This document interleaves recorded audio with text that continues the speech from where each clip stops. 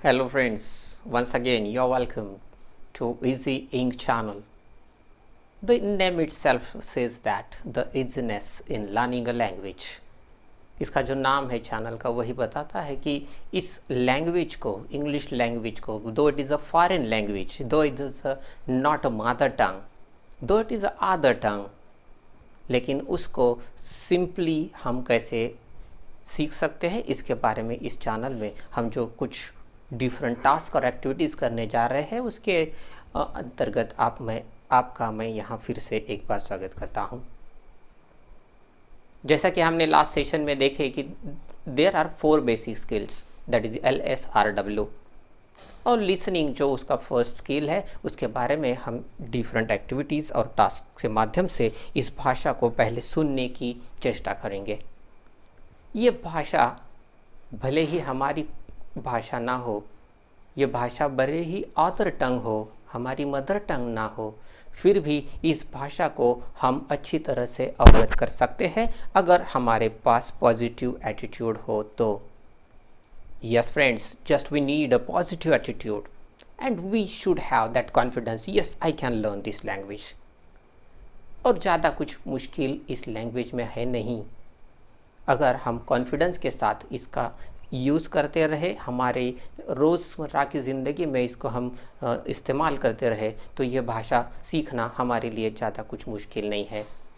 Just we have to decide it that we are going to learn this language. So today we are once again going to focus on that listening skill, that is the first skill in the hierarchy of 4 basic skills of any language. भले वो language हमारी अपनी language हो, हिंदी हो, मराठी हो, तमिल हो या तो फिर इंग्लिश लैंग्वेज, कोई भी लैंग्वेज को सीखने के लिए this hierarchy should be used, that is LSRW. So today we are going to focus that listening skill, the first one. तो क्या होता है ये इस लिसनिंग स्किल के बारे में ये समझने से पहले हम थोड़ी सी ये कोशिश करेंगे कि लिसनिंग और हियरिंग, ये जो 2 वर्ड्स है थोड़े से सिमिलर वर्ड्स लगते हैं, लेकिन फिर भी उनके अंदर थोड़ा सा डिफरेंस है। तो वो क्या डिफरेंस है उसको जानेंगे। So listening and hearing, first we will try to focus on hearing. Hearing क्या होती है? जब भी कोई साउंड हमारे कान पर गिरते हैं, जैसे कि ये वीडियो जब आप देख रहे हो, सुन रहे हो, उस समय आपके आजू बाजू में जो कुछ भी घटनाएं घट रही हो, उसके जो कुछ भी साउंड है वो आपके कान पर आ रहे हैं। जैसे कि फ़ैन का आवाज़ हो, रास्ते से जा रही कोई व्हीकल का आवाज़ हो, या घर में बोली गई कुछ आवाज़ हो, ये सभी आवाज़ आपके कान पर गिर रहे हैं, लेकिन इन आवाज़ों के तरफ आपका ध्यान नहीं है, बल्कि आपका ध्यान पूरी तरह से इस वीडियो के कंटेंट पर है। So friends, all those sounds which are coming to your ear, but you are not giving any attention to these sounds, all these sounds when coming to ear, such type of process is called as hearing. तो इस process को हम here कहेंगे। इसमें ना ही intention है और ना ही आपका अटेंशन है। So this is hearing, and what is mean by listening then? So it is somewhat upper step of that hearing. Hearing की ऊपर की एक स्टेप बोलकर हम लिसनिंग को समझ सकते हैं। लिसनिंग में हमको हमारा इंटेंशन भी उसके साथ जुड़ा रहेगा, हमारा अटेंशन भी उसके साथ जुड़ा रहेगा।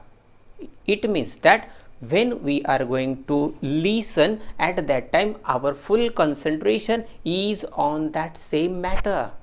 Yes friends, so listening is the upper skill or it is the upper step of that hearing. और इस तरह से इन दोनों का भेद समझकर हम लिसनिंग की प्रोसेस को और ज़्यादा जानने की कोशिश करेंगे। So friends, listening is a process जो कि 4 स्टेप्स के साथ आगे चलती है, और ये 4 स्टेप्स जो है वो कौन से है?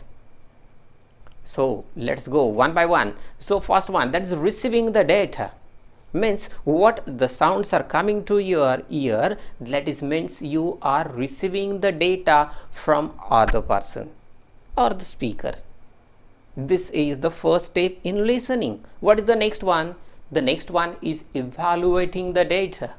So what is mean by evaluation here? So to evaluating the data means what the sounds are coming, your brain starts to assess it, evaluate it, and try to understand what the speaker want to convey exactly. So this is evaluating the data.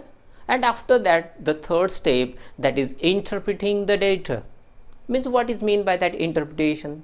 So interpret means here हम जो कुछ भी sounds हमारे कान पर गिर गए हैं उसका मतलब हमारे ब्रेन ने निकाला है, वो मतलब निकालने के बाद हमको इस स्पीकर के जो कुछ भी वाक्य हमने सुने हैं उसके ऊपर हमको क्या जवाब देना चाहिए, इसके लिए जो ब्रेन में प्रोसेस होती है उसको हम इंटरप्रिटिंग द डेटा कहेंगे. It means that what the response we have to give to the speaker, that readiness is called as interpreting the data. And at the last, that is nothing but responding to the data. और जो कुछ भी हमने सुना है उसको अच्छी तरह से, सही तरह से समझकर, जानबूझकर हम उनको जब अच्छी तरह से एक रिस्पॉन्स देते हैं तो हमारी लिसनिंग प्रोसेस वहाँ पूर्ण हो जाती है. सो इसको पूर्णत्व देने के लिए हमको इन 4 स्टेप्स में से गुजरना पड़ता है, जैसे कि receiving the data, evaluating the data, interpreting the data, and responding to the data.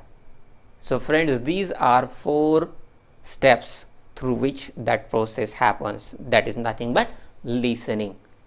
तो मुझे यहाँ पर I am quite sure that you got this idea कि लिसनिंग प्रोसेस क्या होती है, लिसनिंग और हियरिंग में क्या डिफरेंस है, और आने वाले सेशंस में हमको not we have to focus on the hearing but we have to focus on listening. तो जब हम हमारी हियरिंग को लिसनिंग तक लेके जाएंगे तभी फ्रेंड्स हम इस स्किल को अच्छी तरह से अचीव कर पाएंगे. So with this hope and with this message, let's have a conclusion for the today's session, and we are going to meet in the next session with the same zeal and enthusiasm. So till then, goodbye.